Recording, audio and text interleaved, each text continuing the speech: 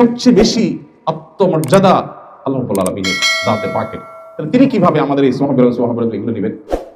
মসজিদ ভর্তি মানুষ আমরা তাসবিহ পাঠ করছি, আমাদের তাসবিহ সেই তাসবিহ হচ্ছে না যে তাসবিহ আমাদেরকে কোয়ালিটিফুল নামাজ উপহার দিতে পারে। আমাদের নামাজের ক্ষেত্রে যে ত্রুটিটা সবচেয়ে বেশি এবং প্রকট, সেটা হলো আমাদের নামাজের মধ্যে বেশিরভাগ মানুষই আমরা তাড়াহুড়ো করি।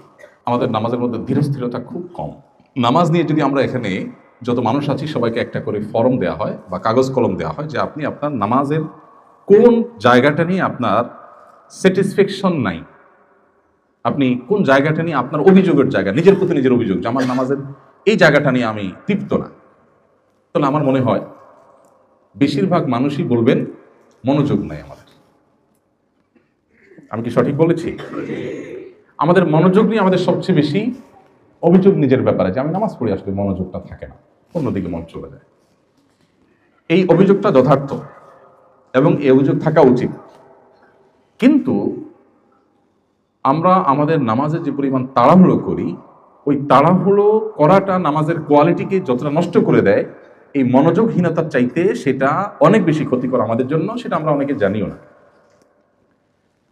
নামাজের যে ফরজ আছে, নামাজের যে ওয়াজিব আছে, এটার তালিকা আছে না? কতগুলো ফরজ, কতগুলো ওয়াজিব, আর কতগুলো সুন্নাহ। এই ফরজ ওয়াজিব সুন্নতের তালিকার মধ্যে আপনি মনোযোগ ধরে রাখা, এটা ফরজ ওয়াজিব এর তালিকাতে আপনি পাবেন। অবশ্যই সেটা নামাজের প্রাণ, নামাজের আসল জিনিস, রূহ, সন্দেহ নেই। কিন্তু কারণ মনোযোগ কম থাকলো, এর কারণে তার নামাজ বিশুদ্ধই হবে না, ফরজ আদায়ই হবে না, সজদা দিতে হবে, এমন কোনো কথা নেই। কিন্তু তাড়াহুড়ো এটা যদি একটা লেভেল ক্রস করে চলে যায়, তাহলে সেক্ষেত্রে নামাজ হবেই।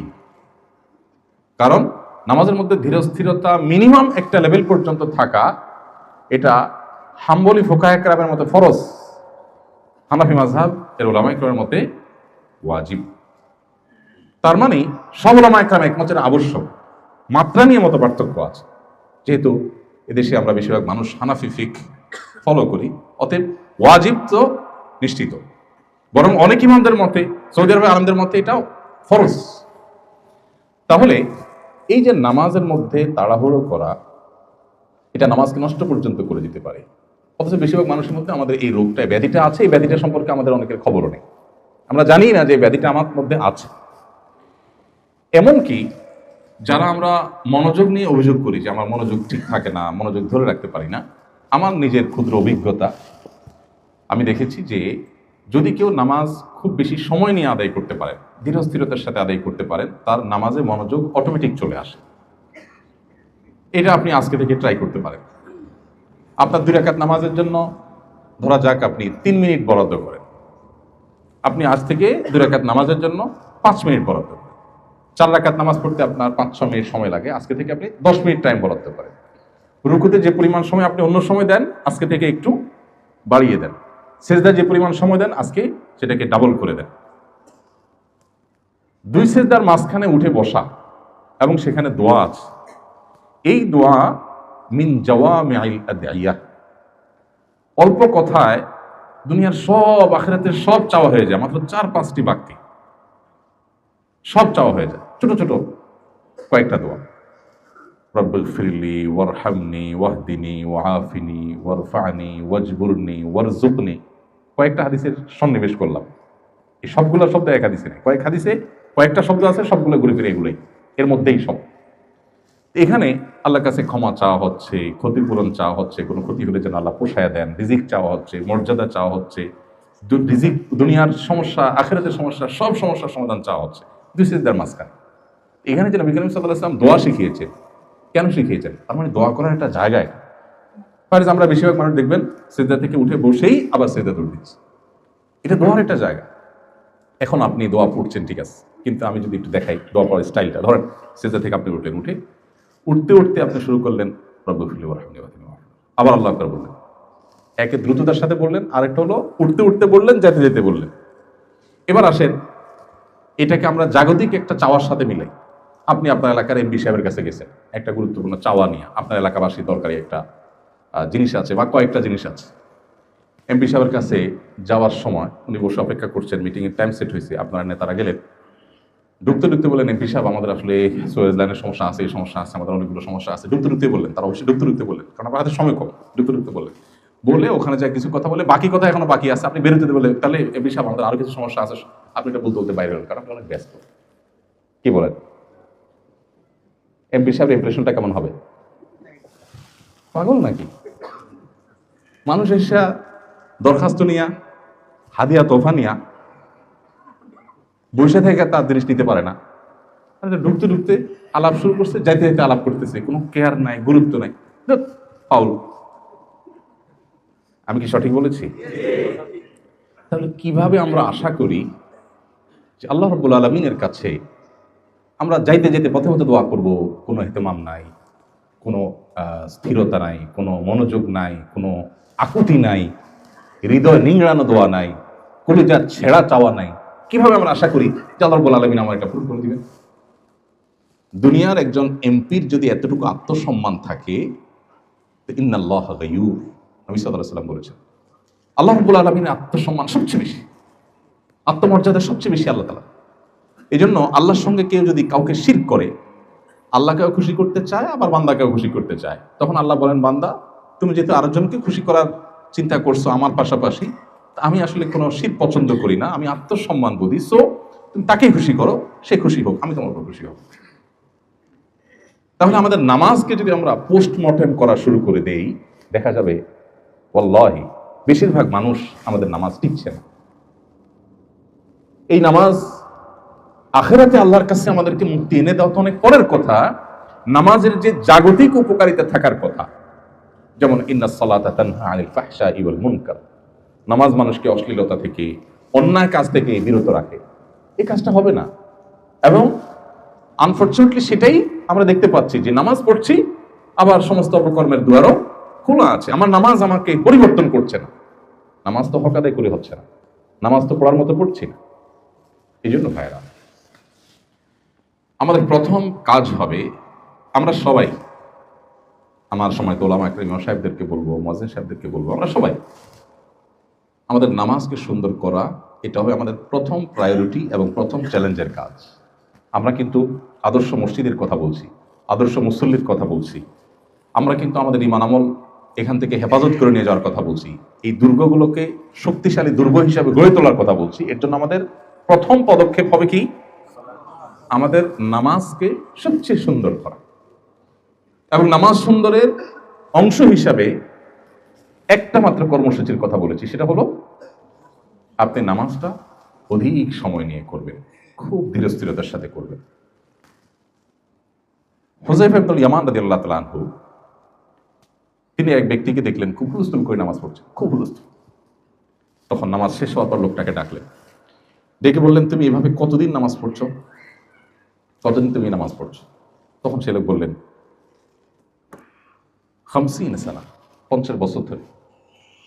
হয়তো ইসলাম গ্রহণ করার আগে থেকেও তো মক্কার মানুষ, মুশরিকরাও তো নামাজ পড়তো, তাদের নামাজের ধরন ধাঁচ ভিন্ন ছিল, হয়তো মক্কা তাসদিয়া ছিল কোরআনের ভাষা। যাই হোক, তো দীর্ঘদিন পর্যন্ত তিনি নামাজ পড়ছেন। তখন হুযায়ফা ইবনুল ইয়ামান রাদিয়াল্লাহু তাআলা তাকে বললেন, ওয়াল্লাহি, আল্লাহর শপথ করে বলছি, এই যে তাড়াহুড়ো নামাজ যেটা তুমি পড়লা, এই নামাজ নিয়ে যদি তুমি দুনিয়া থেকে যাও, তাহলে তুমি মুহাম্মদ সাল্লাল্লাহু আলাইহি সাল্লামের শরীয়ত এর উপরে প্রতিষ্ঠিত থেকে তোমার মৃত্যু হলো না। তোমার নামাজ মুহাম্মদ সাল্লাল্লাহু আলাইহি সাল্লামের নামাজ নয়। আরেক ব্যক্তি নবী করিম সাল্লাল্লাহু আলাইহি সাল্লামের সময় মসজিদে নববীতে প্রবেশ করলেন, করে তিনি 2 রাকাত নামাজ পড়লেন। হয়তো মসজিদে ঢোকার নামাজ ছিল, তাহিয়াতুল মসজিদ, অথবা ফরজ নামাজ হয়তো পড়ে আসছেন, আদায় করছেন, নামাজ পড়ছেন। নামাজ পড়ে নবী করিম সাল্লাল্লাহু আলাইহি সাল্লামকে এসে সালাম দিলেন। নামাজটা পড়ে নবীজি বসা ছিলেন, এসে তাকে সালাম দিলেন। সালাম দেওয়ার পর নবী সাল্লাল্লাহু আলাইহি সাল্লাম সালামের জবাব দিলেন। জবাব দিয়ে বললেন, ইরজা ফাসাল্লি ফাইন্নাকা লাম তুসাল্লি, তুমি যাও আবার নামাজ পড়ো, কারণ তোমার নামাজ হয়নি। বেচারা উঠে গিয়ে আবার নামাজ পড়লেন, পড়ে এসে আবার সালাম দিলেন। নবী সাল্লাল্লাহু আলাইহি সাল্লাম এবারও সালামের জবাব দিয়ে একই কথা বললেন, যাও তুমি নামাজ পড়ো, তোমার নামাজ হয় নাই। ভদ্রলোক আবারও গেলেন, যে তিনি আবারও নামাজ পড়লেন, পড়ে আসলেন, এসে আবার নবী সাল্লাল্লাহু আলাইহি সাল্লামকে সালাম দিলেন। নবী সাল্লাল্লাহু আলাইহি সাল্লাম এবারও একই কথা বললেন, 3 বার নামাজ পড়লেন। এখানে একটু থামি, আমি এই কথায় আসবো, এই জায়গাটায় আসবো। মাঝখানে একটু এখান থেকে একটা শিক্ষা নিয়ে নিই। এই ঘটনা যদি আমাদের সাথে ঘটতো, ধরেন নবী করিম সাল্লাল্লাহু আলাইহি সাল্লামের সময়ে আমরা 2 রাকাত নামাজ পড়ে এসে সালাম দেওয়ার পর বললেন যে তোমার নামাজ হয়নি, আবার পড়ো। পড়লাম, পড়ে আসলাম, আবার সালাম দিলাম, তিনি আবারও পাঠালেন, আবার পড়ে আসলাম, আবারও পাঠালেন, 3 বার এভাবে নামাজ পড়লেন সেই ব্যক্তি।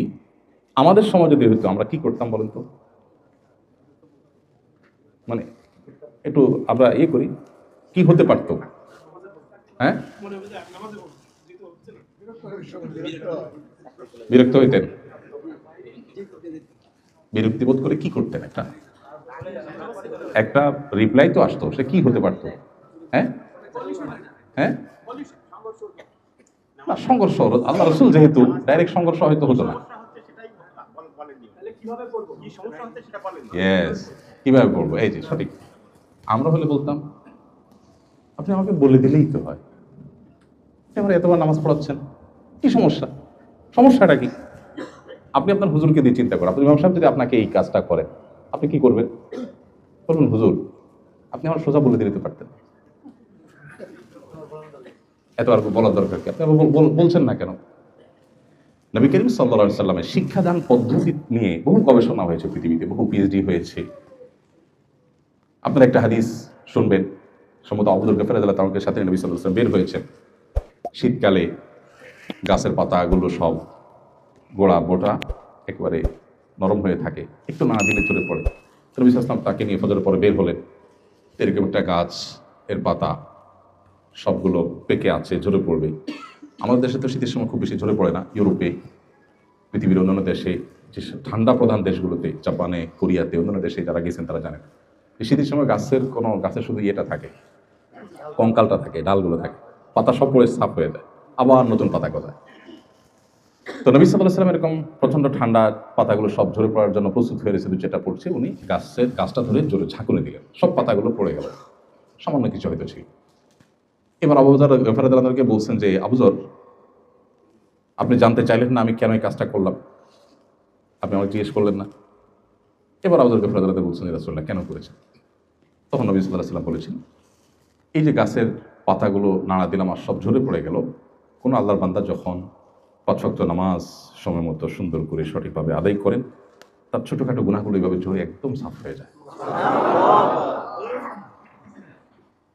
আমরা যদি হতাম হয়তো বলে বসতাম, এই কথাটা আপনি শুরুতে বললেই তো, আপনি আগে ঝাড়া দিলেন, এরপর বললেন আমি কেন ঝাড়া দিলাম তুমি জিজ্ঞেস করলে না, তারপর আমাকে উত্তর দিলেন। যারা টিচিং মেথড নিয়ে গবেষণা করেন সারা ওয়ার্ল্ডে, নবী করিম সাল্লাল্লাহু আলাইহি ওয়াসাল্লাম এক একটা হাদিস নিয়ে হাজারো পৃষ্ঠার বড় বড় থিসিস এবং গবেষকদের গবেষণা আইটেম এখানে আছে। একজন মানুষকে একটা কথা বলার আগে, শেখাবার আগে তাকে তার অ্যাটেনশন গ্রো করা, প্রশ্ন করে উত্তরের জন্য তাকে আগ্রহী করে তোলা, আর অনেকগুলো দিক এখানে আছে। যাই হোক, তো এই যে নবী করিম সাল্লাল্লাহু আলাইহি ওয়াসাল্লাম ওই ব্যক্তিকে 3 বার নামাজ পড়ালেন, এরপর তিনি বলছেন হে আল্লাহ রাসূল, আমাকে আপনি শিখিয়ে দিন, আল্লাহর শপথ করে বলছি যে আল্লাহ আপনাকে রাসূল করে পাঠিয়েছেন, আমি এর চেয়ে সুন্দর নামাজ আর পারি না, অতএব আপনি আমাকে শিখিয়ে দেন। কথা দেখেন, কথার ধাঁচ দেখেন, কেন সাহাবীরা সাহাবী আর কেন আমরা, তাদের সাথে আমাদের পার্থক্য আকাশ পাতাল। কেন কেন নবী সাল্লাল্লাহু আলাইহি ওয়াসাল্লাম বলেছেন তোমাদের কেউ যদি সামান্য পরিমাণ আল্লাহর রাস্তা দান করে, এই মদিনার কয়েক কিলোমিটার বিশিষ্ট উহুদ পাহাড় সমপরিমাণ স্বর্ণ পরবর্তীরা দান করে তোমাদের মর্যাদার সমান হতে পারবে না। কেন এটা বলেছেন, পার্থক্যটা কত বেশি তাদের সাথে আমাদের, এই ঘটনাগুলো প্রত্যেকটা হাদিসের পরতে পরতে আপনি শিক্ষাগুলো পাবেন। আমরা এক্ষেত্রে জাস্ট শিক্ষাটা নিলাম, এবার মূল পয়েন্টে আসি। ওই ব্যক্তিকে নবী সাল্লাল্লাহু আলাইহি ওয়াসাল্লাম বললেন যে আবারও পড়ো, তখন বললেন যে আমাকে আপনি শিখিয়ে দেন, কারণ এর চেয়ে ভালো নামাজ আমি আর যাই না। তখন নবী সাল্লাল্লাহু আলাইহি ওয়াসাল্লাম তাকে শিখালেন যে তুমি যখন দাঁড়াবে সূরা কিরাত পাঠ করবে, তারপর তুমি রুকুতে যাবে, রুকুতে যাওয়ার পর হাত্তা তাতমাইন্না রাকিআন, রুকুতে গিয়ে তুমি একেবারে স্থির হওয়া পর্যন্ত অপেক্ষা করবে। তার মানে এরপরে রুকু তোমার স্টার্ট হলো। এরপর রুকু থেকে তুমি যখন মাথা তুলে সোজা করবে, তখন তুমি দাঁড়াবে, একেবারে টান টান সোজা হওয়া পর্যন্ত অপেক্ষা করবে, তাহলে তোমার দাঁড়ানোটা কমপ্লিট হবে। এরপর তুমি যখন সেজদায় যাবে, তুমি একইভাবে সেজদা গিয়ে একেবারে স্থির হওয়া পর্যন্ত অপেক্ষা করবে, তারপর তোমার সেজদা শুরু হলো। সেজদা থেকে সোজা হয়ে বসে তুমি একবারে টান টান সোজা হয়ে বসবে, তারপর বসাটা তোমার কমপ্লিট হবে। এইভাবে প্রতিটি কাজ ধীরে ধীরে তোমাকে করতে হবে। এটা নবী সাল্লাল্লাহু আলাইহি ওয়াসাল্লাম সেই সাহাবীকে শিখালেন। এবার আসেন আমরা যে নামাজ পড়ি, এই হাদিসকে এক পাশে রাখি আর আমাদের নামাজের দৃশ্যকে এক পাশে রাখি। আমরা কিভাবে পড়ি? আমাদের নামাজের হালতা ধরনটা কি আমি বলি, সুবিধা হবে, কারণ আমি তো আপনাদের এই একজন, রোগীদেরই একজন। আমরা হাত বেঁধেই 4G বা 5G গতিতে আমরা সানা শুরু করে দিই। এরপর সূরা ফাতিহা, অন্য সূরা মিলানো। আমরা মনে করি মোবাইলে যেহেতু যত গতি হয় তত ভালো, আমাদের বোধ হয় নামাজেও গতি যত হয় তত ভালো। সব জায়গায় যে গতি ভালো না, এখানে বরং যদি গতি কম হবে তত ভালো, এটা আমরা বুঝি না। অনেক শুরু করি হুলস্থুল করি, আলহামদুলিল্লাহ পড়ে আল্লাহর প্রশংসা যে করি, সেই প্রশংসাটা হয় খুবই হুলস্থুলের সাথে। আলহামদুলিল্লাহ আলামিন রহমান রহিম মালিক ইয়াউমিদ্দিন ইয়াকা না'বুদু ওয়া ইয়াকা নাস্তাঈন। এই যে আলহামদুলিল্লাহ আলামিন রহমান রহিম মালিক ইয়াউমিদ্দিন, এগুলো তো একটা মিনিং আছে নাকি? আলহামদুলিল্লাহি রাব্বিল আলামিন, যিনি সকল জগৎসমূহের পালনকর্তা, সে আল্লাহর জন্য সকল প্রশংসা, এটা প্রশংসা করছেন। আর রহমানির রহিম, যিনি পরম দয়ালু, সীমাহীন অনুগ্রহকারী। মালিক ইয়াউমিদ্দিন, যিনি কিয়ামতের দিবসের মালিক, অধিপতি, অধিকারী। সেদিনের আধিপত্য তাহার এককভাবে তিনি কন্ট্রোল করবেন। এভাবে প্রত্যেকটা আয়াতের অর্থ আছে। আল্লাহকে আপনি এগুলো প্রশংসা নিবেদন করছেন, কিন্তু প্রশংসা নিবেদন করার সময় আপনি পড়ছেন কি? আলহামদুলিল্লাহ আলামিন রহমান রহিম মালিক ইয়াউমিদ্দিন ইয়াকা, মানে আপনি জিকে জপছেন, কিছু একটা জপছেন। এবার আসেন, আমি এর আগে এমপি সাহেবের কথা বলছি, আবার এমপি সাহেবের কাছে ফিরে আসি। আপনি আপনার এমপি সাহেবের কাছে গেছেন, প্রধানমন্ত্রীর কাছে গেছেন, প্রধান উপদেষ্টার কাছে গেছেন, দুনিয়ার কোনো পাওয়ারফুল ব্যক্তির কাছে গেছেন, যায় বা তাকে আপনি দাওয়াত দিয়ে আনছেন আপনার মাহফিলে, আপনার প্রোগ্রামে। এরপর প্রশংসা বাক্য পড়ে পাঠ করছেন। তো আপনার হাতে সময় কম, সেজন্য বলতেছেন যে এমপি সাহেব আপনার মতো মানুষ হয় না, আপনি অনেক ভালো মানুষ, মাশাআল্লাহ আপনার বাপদা 14 গোষ্ঠী ভালো, আপনি অনেক দানশীল মানুষ, আপনি অনেক কিছু করছেন, হান করছেন, তার করছেন। আপনি এমন হুলস্থুলভাবে বলছেন যে কি বলছেন সেটা পুরো ক্লিয়ার না, পরিষ্কার না। আপনার এই প্রশংসাকে এমপি সাহেব খুশি হবে না বেজার হবে? বলবে দাওয়াত না দিতা সেটাই ভালো ছিল, ডাইকাই নাই, অপমানটা না করলেও পারতাম, একথা বলবে না? তাহলে এবার আপনি চিন্তা করেন, আপনি সূরা ফাতিহা পড়ছেন তুফাল মিলে 4G 5G গতিতে, আপনার পড়ার ভিতরে কোনো মাধুর্য নাই, কোনো আল্লাহর প্রতি প্রশংসার প্রকাশের কোনো অনুভূতি নাই, অনুভব নাই, ফিলিংস নাই, আপনার দিল থেকে আপনি বলছেন না, মুখ দিয়ে শুধু জপছেন। এই প্রশংসা আল্লাহ সুবহানাহু ওয়া তাআলা অ্যাকসেপ্ট করবে, এটা আপনি কিভাবে চিন্তা করতে পারেন? এভাবে আমরা অন্য সূরাও শেষ করি। আসলে এবার রুকুতে যাই। আমাদের রুকুর অবস্থা কি? সূরা ফাতিহা পড়লেন, আরেকটা সূরা মিলাইলেন, শেষ করলেন, একটু ব্রেক দিলেন, শেষ হলো। এরপরে আপনি আল্লাহু আকবার বলে রুকুতে যাবেন। এই আল্লাহু আকবার বলে রুকুতে যাবেন। রুকুতে গিয়ে মাথা থেকে কোমর পর্যন্ত টান টান সোজা হয়ে যাবে এবং পায়ের গোড়ালি থেকে কোমর পর্যন্ত সোজা হয়ে যাবে। আপনি পজিশনে যাবেন। এরপরে আল্লাহ তাআলার কাছে আপনি আপনার অবনত মস্তক হয়ে আপনার শরীরটাকে ভেঙে দিয়ে পুরো আল্লাহকে আপনি তাসবিহ নিবেদন করবেন, সুবহান রাব্বিয়াল আযীম, সুবহান রাব্বিয়াল আযীম।